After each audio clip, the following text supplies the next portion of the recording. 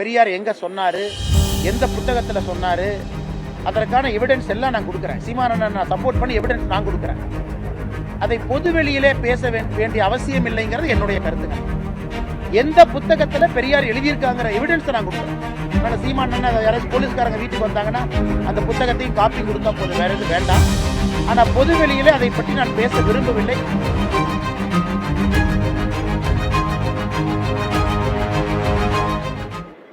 பெரியார் அவர்கள் அது போல சொல்லவே இல்லையா? இது நான் சாயந்தரம் பேசுறேங்கண்ணா. பெரியார் எங்க சொன்னாரு, எந்த புத்தகத்துல சொன்னாரு, அதற்கான எவிடன்ஸ் எல்லாம் நான் கொடுக்குறேன். சீமானனை நான் சப்போர்ட் பண்ணி எவிடன்ஸ் நான் கொடுக்குறேன். அதை பொது வெளியிலே பேச வேண்டிய அவசியம் இல்லைங்கிறது என்னுடைய கருத்துங்கண்ணா. ஏன்னா பெரியார் பேசி எத்தனையோ புத்தகங்கள் இன்னைக்கு அழிச்சிட்டாங்க.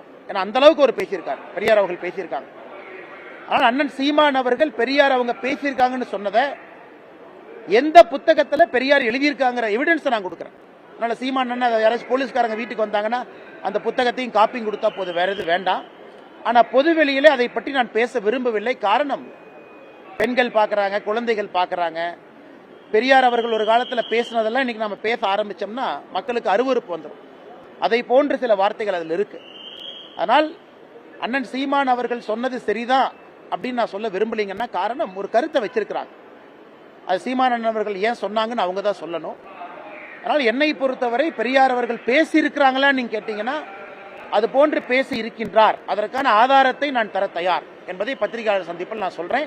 பட் நான் அந்த கருத்தை பொதுவெளியில பேச விரும்பல. காலம் கடந்து விட்டது, அரசியல் மாறிவிட்டது, மக்கள் அரசியலை புதிய பார்வையில பாக்குறாங்க. பெரியார் அவர்கள் இதற்கு முன்பு பேசியதெல்லாம் பொதுவெளியில் எடுத்து பேச ஆரம்பிச்சோம்னா ரொம்ப தவறா போயிருங்க.